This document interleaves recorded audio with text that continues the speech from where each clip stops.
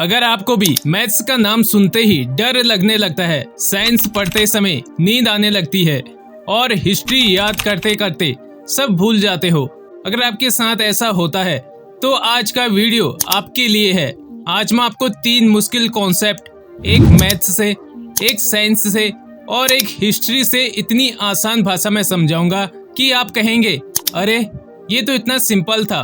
तो वीडियो को पूरा देखना क्योंकि लास्ट वाला पार्ट सबसे ज्यादा मजेदार है। सोचो आप शॉपिंग करने गए और वहां लिखा है 50% ऑफ, लेकिन असल में 50% होता क्या है? देखो, परसेंटेज का मतलब होता है हर 100 में से कितना। अगर मैं कहूँ तुम्हें 100 में से 50 नंबर मिले हैं तो मतलब आधा यानी 50%। मान लो एक मोबाइल की कीमत है 10,000 रुपये और उस पर 10% डिस्काउंट है।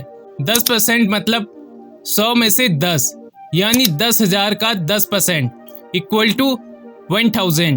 तो नया प्राइस 10,000 माइनस 1,000 इक्वल टू 9,000। देखा, कोई फॉर्मूला याद करने की जरूरत नहीं, बस ये सोचो 100 में से कितना हिस्सा। चलो अब साइंस के कॉन्सेप्ट को भी आसान भाषा में समझते हैं। क्या आपने कभी सोचा है पेड़ पौधे खाते क्या हैं? ना तो वो चावल खाते हैं ना रोटी, फिर वो जिंदा कैसे रहते हैं? आसान भाषा में समझो, पेड़ खुद का खाना बनाते हैं। इस प्रोसेस को कहते हैं फोटोसिंथेसिस। मतलब फोटो रोशनी, सिंथेसिस बनाना, रोशनी की मदद से खाना बनाना।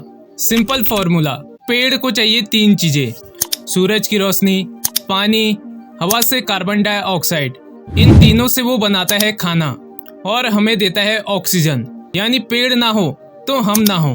अब समझने की कोशिश करते हैं हिस्ट्री के कॉन्सेप्ट को, जिसका टॉपिक लेते हैं 1857 की क्रांति, जिसे आसान भाषा में समझने की कोशिश करेंगे।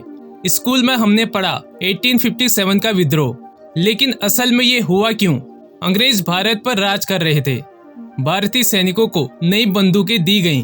उनकी गोलियों में गाय और सुअर की चर्बी लगी थी और ये बात हिंदुओं की आस्था को ठेस पहुंचाती थी, मुसलमानों की भावनाओं को भी। बस यहीं से गुस्सा फूट पड़ा। क्या हुआ फिर? सैनिकों ने कहा अब बहुत हो गया और अंग्रेजों के खिलाफ लड़ाई शुरू हुई। ये लड़ाई आज़ादी तो नहीं दिला पाई, लेकिन इसने पूरे भारत में ये आग जला दी कि हम गुलाम नहीं रहेंगे। और यही था 1857 का असली मतलब। देखो, जो चीज हमें सबसे मुश्किल लगती है वो असल में मुश्किल नहीं होती, बस उसे समझाने का तरीका थोड़ा गलत होता है। अगर मैथ्स को कहानी की तरह, साइंस को जिंदगी से जोड़कर, हिस्ट्री को ड्रामे की तरह समझाया जाए तो पढ़ाई बोझ नहीं, मजा बन जाती है। अगर आपको आज का वीडियो पसंद आया हो तो लाइक जरूर से करना, चैनल को सब्सक्राइब करना और कमेंट में बताना आप अगला कौन सा टॉपिक आसान भाषा में समझना चाहते हो। मिलते हैं अगले वीडियो में एक और मुश्किल टॉपिक को आसान बनाने के लिए।